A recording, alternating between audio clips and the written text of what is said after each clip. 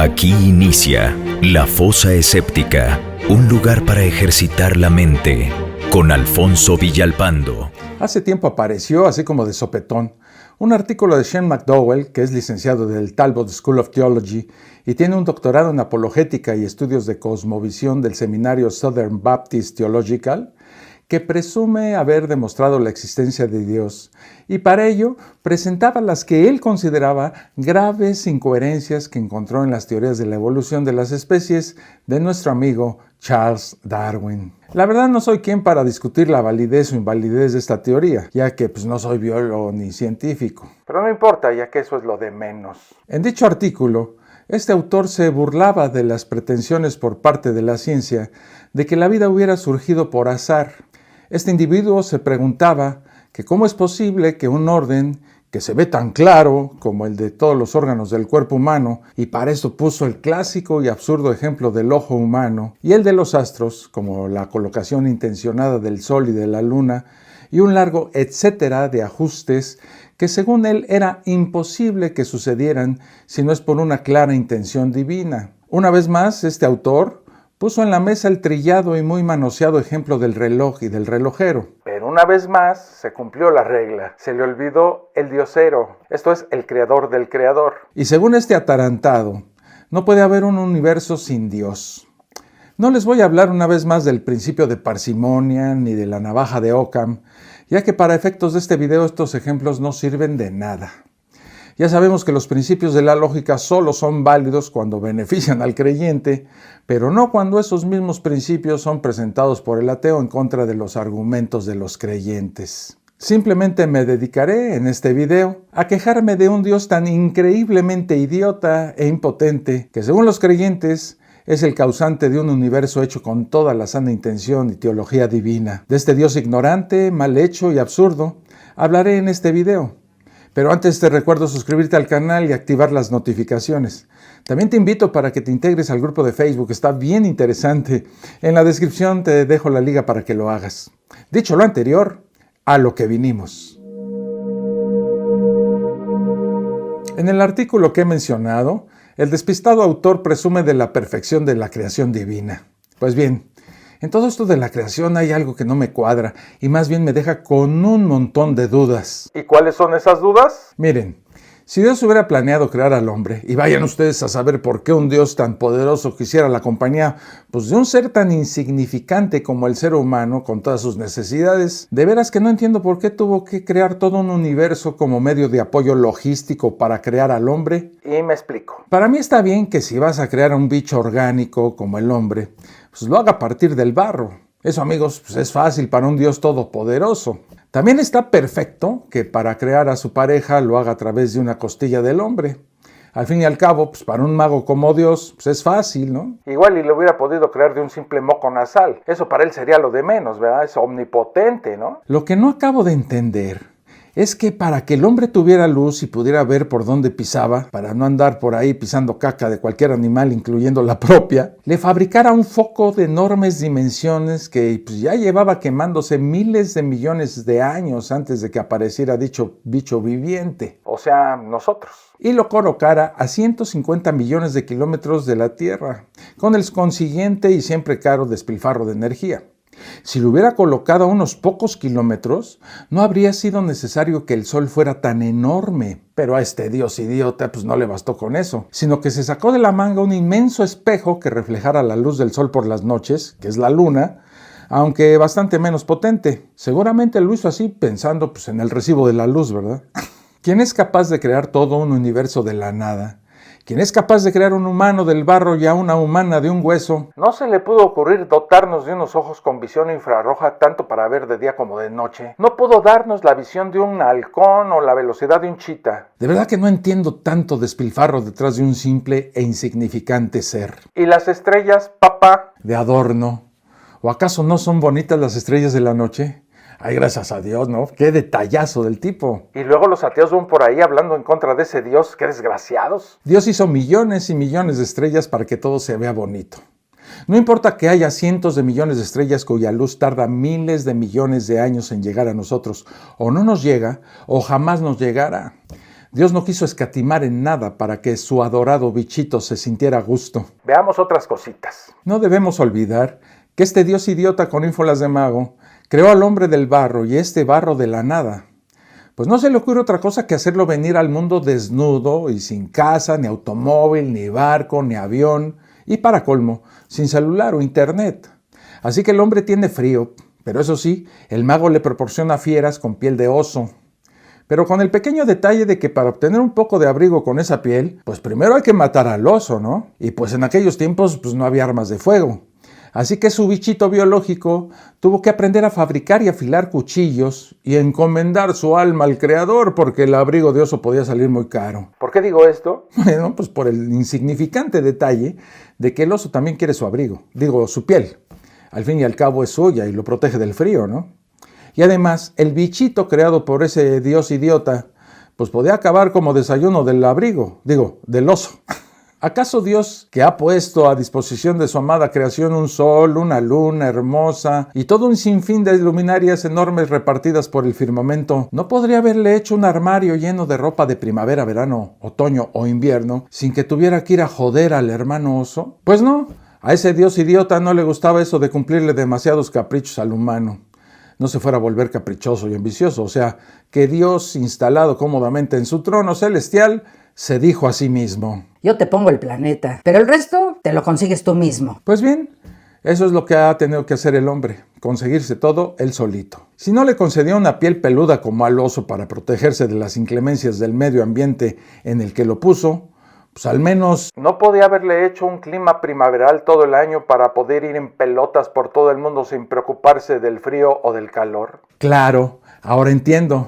Es que la inclinación del eje de la Tierra con respecto al Sol da lugar a las estaciones. ¿Acaso un mago como Dios no podía haberle hecho un planeta cuyo eje vertical no anduviera como loco de un lado para el otro? Parece ser que ese mago sacó a la Tierra pues de una venta de garage, ¿no? De una casa de empeño. Señoras y señores, tengo que decirlo. Ese Dios idiota nos consiguió un planeta usado, de segunda mano, y con muchos kilómetros recorridos, y claro, pues después de tanto girar, el pobre planeta ya rechina, los empaques ya están flojos, y por eso se inclina sobre su eje. ¿No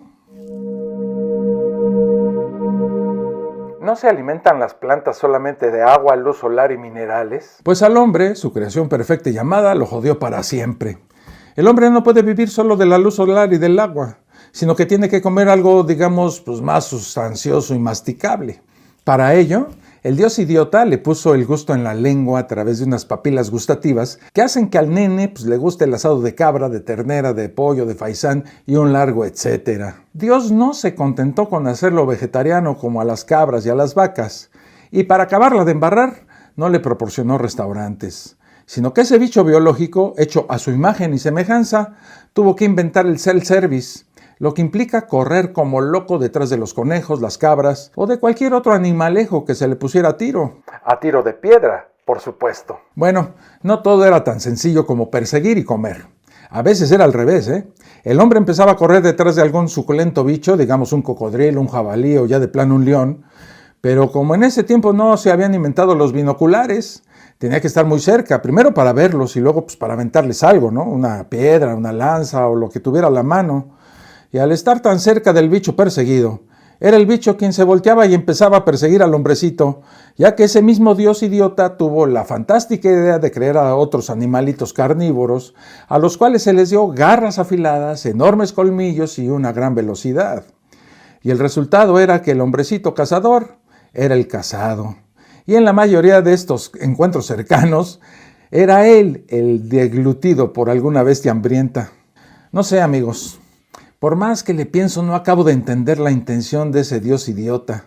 Miren, por un lado derrocha enormes cantidades de energía creando un universo para su bichito, pero luego le escatima comida o abrigo, le provoca enfermedades y entre otras muchas calamidades, pone en peligro su integridad física al tener que matar a bestias gigantescas y que son superiores físicamente a este bichito llamado especie humana. Luego, después de todo esto, no se conforma con seguir creando hombrecillos del barro y mujercillas de sus correspondientes costillas, sino que ese Dios se echa a rascarse sus divinas pelotas y les dice desde allá arriba: ¡Hey! Ustedes allá abajo. Ya los hice y les puse pispiote y poporocha. Así que ustedes mismos hagan más bichitos porque pues, yo estoy muy a gusto aquí rascándome mi sagrado escroto. Y los humanos descubren que se pueden reproducir entre ellos usando un sistema de reproducción infalible. Y ahora el hombre pues, ya no corre detrás de las fieras, sino que ahora corre detrás de todas las hembras. Y hay que decirlo, pues de alguna que otra despistada cabra que se le ponga por delante. Y claro que sucedió lo que tenía que suceder. Que de tanto correr detrás de las hembras, el planeta se pobló y se recontrapobló. Y ahora nada más somos como 7,000 millones de bichitos. Tenemos problemas muy graves y todo gracias a ese sistema de reproducción infalible y divino. Y a eso en mi pueblo le dicen, ¿quién fue el que hizo esta pendejada? Sí, porque cualquiera de nosotros hubiéramos podido tener el suficiente cerebro para crear un universo muy superior al que este Dios omnipotente, omnisciente y omnipresente, pero idiota, nos dio. Y a todo esto, ¿para qué necesitaba Dios, que es omnipotente, crear al hombre? Este es uno de los misterios de Dios, de ese Dios idiota, cuyos caminos, dicen los creyentes, son inescrutables.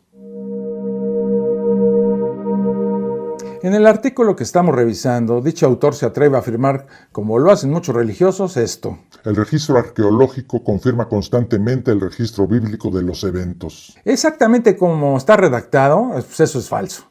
Y por lo tanto es una mentira, Ninguna afirmación, mucho menos un evento en la Biblia que sean propios del cristianismo, son apoyados por la arqueología. Por esto, muchas de las afirmaciones en la Biblia han sido refutadas precisamente por la arqueología, particularmente en el Antiguo Testamento. Los errores del Antiguo Testamento que ha descubierto la arqueología son ahora bien conocidos. De hecho, el consenso general de los expertos sobre este tema ha decidido que casi nada en el Pentateuco se relata de manera confiable y que en realidad la mayor parte es un vil mito. Incluso, mucho de lo que viene después de eso tampoco es del todo confiable. Los acontecimientos del Éxodo no sucedieron. Los judíos nunca emigraron de Egipto para conquistar Israel, sino que de hecho procedían de una tribu nativa de cananeos que nunca habían abandonado el lugar. Y así los errores siguen y siguen. Algunas cosas en el Antiguo Testamento son simplemente una historia común que es cierta. Por ejemplo, es cierto que los babilonios y los asirios derrotaron y exiliaron a los judíos. Pero que el Antiguo Testamento construya cuentos de ficción disparatados y no verificables en torno a verdades fundamentales como esa, es una estupidez, dadas todas las cosas que se afirman en el Antiguo Testamento que la arqueología ha demostrado que son falsas y no ha podido verificar cuando debería haberlo hecho. Debido a esto, todos los expertos y estudiosos reconocen ahora que solo podemos confiar en la Biblia, solo en lo que podemos verificar independientemente de ella. Amigos, es la definición de un libro que no es confiable. Punto. ¿Y qué se ha comprobado arqueológicamente en el Nuevo Testamento? Les tengo una noticia, amigos creyentes. Arqueológicamente no se ha comprobado ni uno solo de los acontecimientos o algún hecho particular del cristianismo.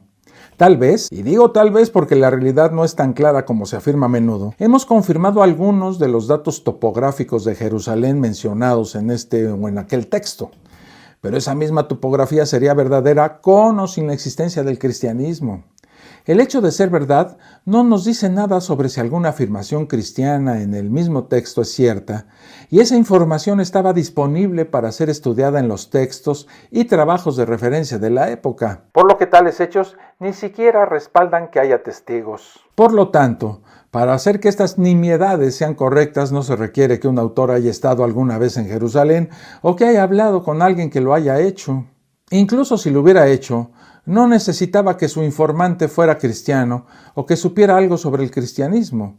Incluso si su informante hubiera sido cristiano, y ya estamos especulando sobre especular, y las especulaciones no son hechos, podría haber sido cualquiera que alguna vez visitó Jerusalén antes de su ruina y luego se aventó la puntada de escribir algunos cuentos de ficción incluyendo simplemente su conocimiento previo de la ciudad. En otras palabras, ninguno de estos hechos mundanos confirmados por la arqueología verifica la veracidad de cualquier información de la Biblia. Por lo tanto, los intentos de inventar confirmaciones arqueológicas de hechos particulares del cristianismo pues son falsos. No, amigos religiosos, que no los engañen. No han encontrado ni la casa de Pedro, ni la tumba de Jesús, ni el ataúd de su hermano, ni ninguna de estas tonterías. Incluso los intentos de arreglar errores en la Biblia con arqueología son falsos, como tratar de argumentar que Mateo y Lucas no se contradicen completamente en el año de Jesús, haciendo referencia a monedas milagrosas o inscripciones que prueban que el censo romano ocurrió durante el reinado de Herodes. El ejemplo que da más risa se encuentra en el popular libro El caso de Cristo del escritor Lee Strobel, donde cita de manera crédula la afirmación de John McCrae de que Jerry Vardaman había encontrado pruebas que confirman este censo en letras microscópicas ocultas en algunas monedas antiguas. Esas letras no existen, es una afirmación completamente absurda, mentirosa y engañabobos. Entonces, amigos, la arqueología no apoya la confiabilidad de la Biblia. Al contrario, expone la deshonestidad y la farsa de la religión cristiana. Hablemos ahora de que en este artículo se habla de que la Biblia es confiable pues tiene profecías cumplidas y el autor se atreve a decir que Jesús cumplió docenas de las principales profecías del Antiguo Testamento sobre su nacimiento, vida, ministerio y muerte. Esto es una gran mentira. Es una falacia de argumento circular decir que sabemos que la Biblia informa de manera fiable estos cumplimientos de profecías porque la Biblia reporta estos cumplimientos de profecía. Esto plantea la siguiente pregunta. ¿Son confiables esos informes? La respuesta es un no rotundo. De hecho, ninguna afirmación de profecía cumplida de la Biblia, ni siquiera en el Antiguo Testamento, ni mucho menos en el Nuevo, ha superado las pruebas de los fundamentalistas de que tal afirmación sea cierta. Por ejemplo, el apologeta cristiano Robert Newman propuso que una profecía debe cumplir con 5 criterios para que se considere un cumplimiento genuino. ¿Cuáles son estos 5 criterios? 1. Que el texto claramente contemple el tipo de evento que supuestamente es el cumplimiento. 2. Que la profecía se haya hecho mucho antes del evento previsto. 3. Que el evento se haya hecho en realidad. 4. Que el evento predicho no podría haber sido hecho por nadie más que por Dios. Y 5. Que la evidencia mejora si el evento en sí es tan inusual que el cumplimiento aparente no puede explicarse plausiblemente como una buena suposición. Respecto a muchas profecías del Antiguo Testamento, ni siquiera podemos establecer que se hicieron de antemano, en lugar de después del hecho. De algunas sabemos que se inventaron después del hecho y se hicieron pasar como si hubieran sido escritas antes, como en el libro de Daniel, que es una falsificación conocida, y varias secciones de Isaías, que todos saben que fueron interpoladas mucho después de la muerte de Isaías. Se puede decir con respecto a Jesús que las profecías que se dice que él cumplió fueron escritas de antemano. Es precisamente por eso que los autores inventaron historias sobre su cumplimiento. Estos mentirosos leían las profecías y luego fabricaban cuentos para hacerlos coincidir. No existe ninguna profecía de un nacimiento virginal en el Antiguo Testamento, ni de Jesús que proviene de Nazaret, ni de que los huesos del Mesías serían rotos. Esto solo lo digo como ejemplo porque hay muchas más. Estas fueron interpretaciones inventadas de asuntos en las Escrituras que en realidad significaban otra cosa. Por solo poner un ejemplo de esto, en Isaías 7:14 se habla acerca de que la madre de Ezequías, no la de Jesús, era virgen en la concepción, no en el nacimiento. Incluso si pudiéramos establecer que alguno de esto o cualquier otro de los que afirman ser un cumplimiento realmente haya sucedido, todavía tendríamos dificultades para pasar los criterios que mencioné anteriormente. No hay evidencia de que a Jesús en realidad se le haya llamado Emanuel para cumplir la profecía de Isaías y pretender que la profecía se refería a Jesús y no a Ezequías. Del mismo modo, muchas profecías pueden aplicarse a casi cualquier persona, porque son muy vagas. De hecho, ninguna profecía sobre Jesús ni ninguna profecía en la Biblia cumple con los 5 criterios y por esa razón no se ha confirmado el cumplimiento de ninguna y de ninguna manera demuestran la confiabilidad de la Biblia. Por el contrario, lo que se oculta a los religiosos es que muchas profecías en la Biblia definitivamente fallaron. Que el Nilo se secaría nunca se cumplió. Y la profecía de Jeremías de que Israel iba a someter a todos los reinos del mundo, nunca se cumplió. Su fracaso fue tan evidente que incluso fijó una fecha específica que transcurrió sin incidentes. El cristianismo nació de los intentos generalizados de corregir esa misma profecía fallida una vez más. Pero su predicción revisada, ¿qué creen? También falló. Jesús está obligado a decir que vendría durante la vida de sus contemporáneos. Lo pueden leer en Mateo 24, 29 al 34 y en otros evangelios, pero pues no sucedió. Han pasado más de 2000 años y nada, lo seguimos esperando. Todo esto es realmente extraño porque pues, debería ser fácil para un Dios establecer una profecía demostrable y milagrosamente cumplida. Por ejemplo, que haga que Jesús o Isaías, el que más les guste, predigan que la edad del universo es de alrededor de 13.400 millones de años, o la invención de la energía nuclear, o la fecha exacta de la erupción del Vesubio, o la ubicación de cualquier supernova. Sin embargo, todo lo que encontramos en la Biblia es simplemente una película sin sentido e imposible de verificar. El ejemplo más divertido de esto es cuando Marcos inventa una escena de Jesús montado en un burro en Jerusalén para cumplir una profecía popular sobre el Mesías. No hay evidencia de que alguna vez esto haya sucedido. Pero lo gracioso es que cuando el escritor del Evangelio de Mateo, que no fue Mateo, copió la historia inventada de Marcos, Mateo había leído la profecía de manera incorrecta, por lo que arregló la historia. Hizo que Jesús montara en 2 burros simultáneamente, un adulto y su cría. Intenten imaginar esa escena, ¿no? Por lo menos se van a sonreír. En resumen, simplemente no hay profecías cumplidas sobre Jesús. Y ya por último en este video, vamos a refutar la parte en la que el artículo dice que la Biblia es confiable por la gran cantidad de escritores extrabíblicos, escritores conocidos como Flavio Josefo, Tácito o Suetonio, que confirman la historia de Jesús. Ninguno de estos autores registró alguna parte de la historia bíblica de Jesús, ni ningún otro autor que no haya solo repetido lo que leyó o se le contó de los evangelios. De hecho, no hay ninguna confirmación de ninguna afirmación en la Biblia que sea distintiva del cristianismo. Como sucede con la arqueología, una persona ajena al asunto que corrobora los detalles incidentales no exclusivos del cristianismo, como que Poncio Pilato gobernó Judea, no nos dice nada sobre la confiabilidad de las afirmaciones cristianas tejidas alrededor, como que Pilato se reunió o habló con Jesús. Entonces no es lógicamente válido afirmar que cualquier escritor extrabíblico confirma la confiabilidad de la Biblia. Que los autores de la Biblia hayan usado obras de referencia para averiguar hechos comunes que rodean a sus personajes ficticios no es evidencia de que con lo que hayan rodeado esos hechos sea cierto. Y que los autores externos hayan informado lo que los evangelios les contaban o lo que los cristianos les contaban en sus evangelios no es evidencia de que lo que hay en esos evangelios sea confiable o cierto. Suetonio nunca menciona a Jesús, mucho menos parte de su historia. Menciona al cristianismo, pero no habla de ninguna de sus creencias, ni siquiera que ellos adoraban a alguien llamado Jesús o Cristo. Su relato de alguien llamado Crestus, quien inició una revuelta en Roma bajo el gobierno de Claudio, décadas después de la supuesta muerte de Jesús, pues no coincide con ninguna historia de Jesús. Tácito tampoco menciona nada sobre la historia de Jesús. El texto que sobrevive de sus anales dice al menos que Pilato crucificó a Cristo, pero es todo. Nada que corrobore la historia de los evangelios. Si Tácito escribió eso, casi con certeza lo supo a través de su amigo Plinio, quien lo supo al interrogar a cristianos a comienzos del siglo II, quienes solo le repitieron los evangelios. Y nuestro amigo Flavio Josefo. Nunca escribió algo relacionado con alguna parte de la historia de los evangelios. El texto que sobrevive de sus antigüedades es un pasaje de solo un par de renglones, en donde informa cómo cierto Santiago, hermano de Jesús, el llamado Cristo, fue asesinado.